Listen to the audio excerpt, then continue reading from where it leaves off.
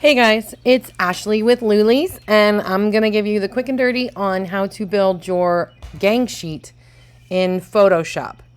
Now, for me, I print with a Gallery DTF printer.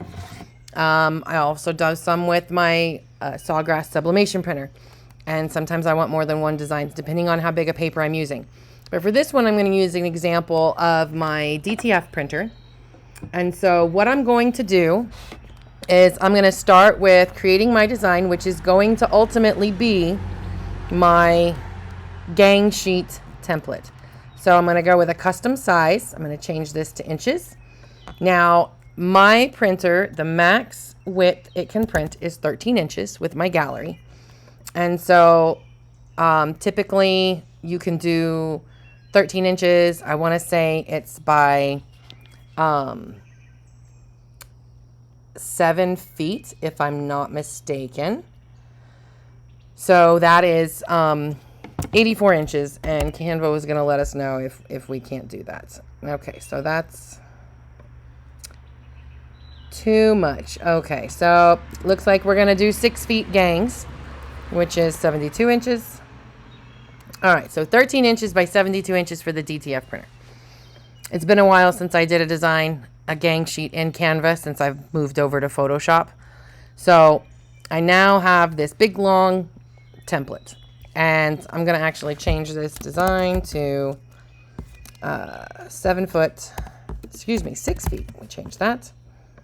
Gang sheet template. Now I do this at exactly 13 inches because that is the width of my printer, and I want to make sure that, you know, when I go to put this over into my RIP software, you know, sometimes files compress. My Photoshop compresses, it makes it a lot smaller, and, you know, to conserve memory when you save it.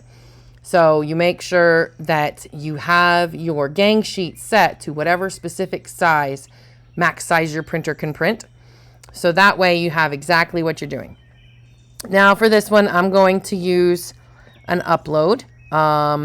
Somebody said they needed to do a logo, and I actually had to do this logo recently. And so you can zoom in, see exactly what you're looking at. And because I designed this logo in Adobe Fresco, you know, sometimes it has some extra spacing around it. No big deal. I just cropped that to the size to really fit my design. And I'm going to zoom this out, and I'm going to move it way up here at the top. So I'm going to do pockets. Might even throw some other ones in. And so I'm going to do some 5x3 pockets right there. Because I have some gaps, some white gaps here in the edges. These will be coming in a little bit smaller than 5.3, but I don't mind that for a pocket, especially with the curvature of the horns on this one. You know, you're gonna make it fit how you want. Now you can do this a couple of ways. You can click duplicate, and it's going to duplicate the exact same size. You just drag it to however you want. I don't mind cutting things really tight.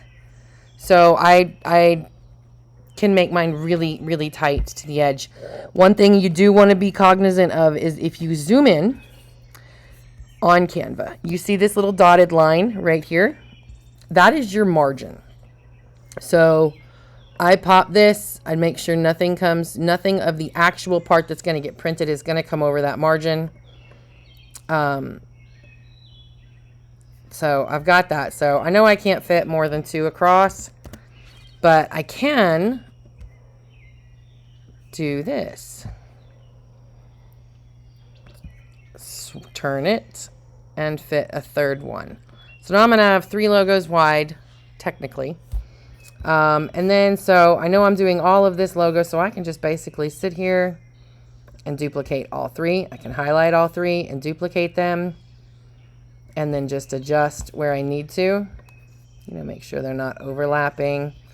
So you can click that and duplicate. You can hit Control C, Control V to copy paste if you're on a PC.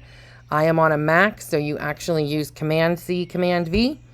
You can also right-click this, copy, click somewhere else, paste, drag it where you want it to go, and just continue to fill up your entire sheet.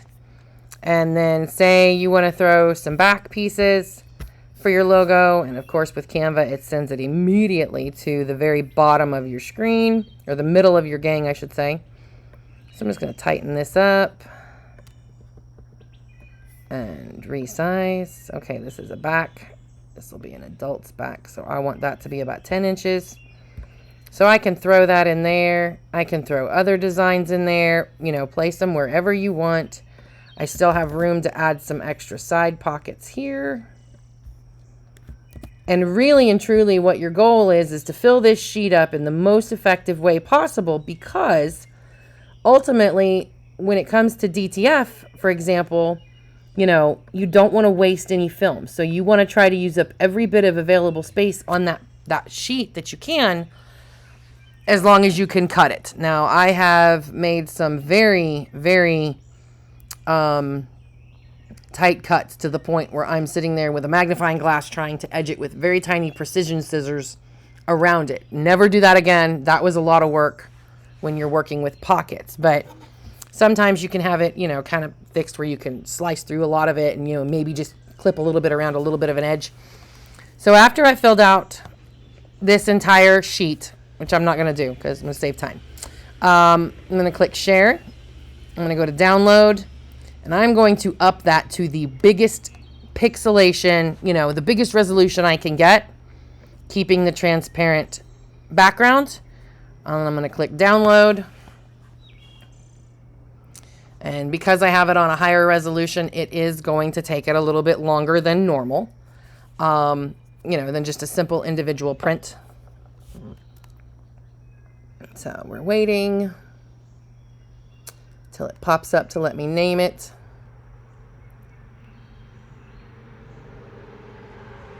As you can see, it's super slow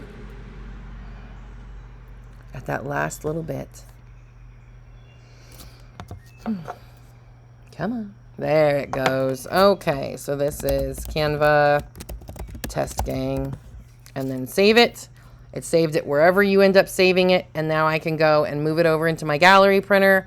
I can move it into my Sawgrass. I can move it into, I can print it from whatever it is I wanted to print this gang sheet from.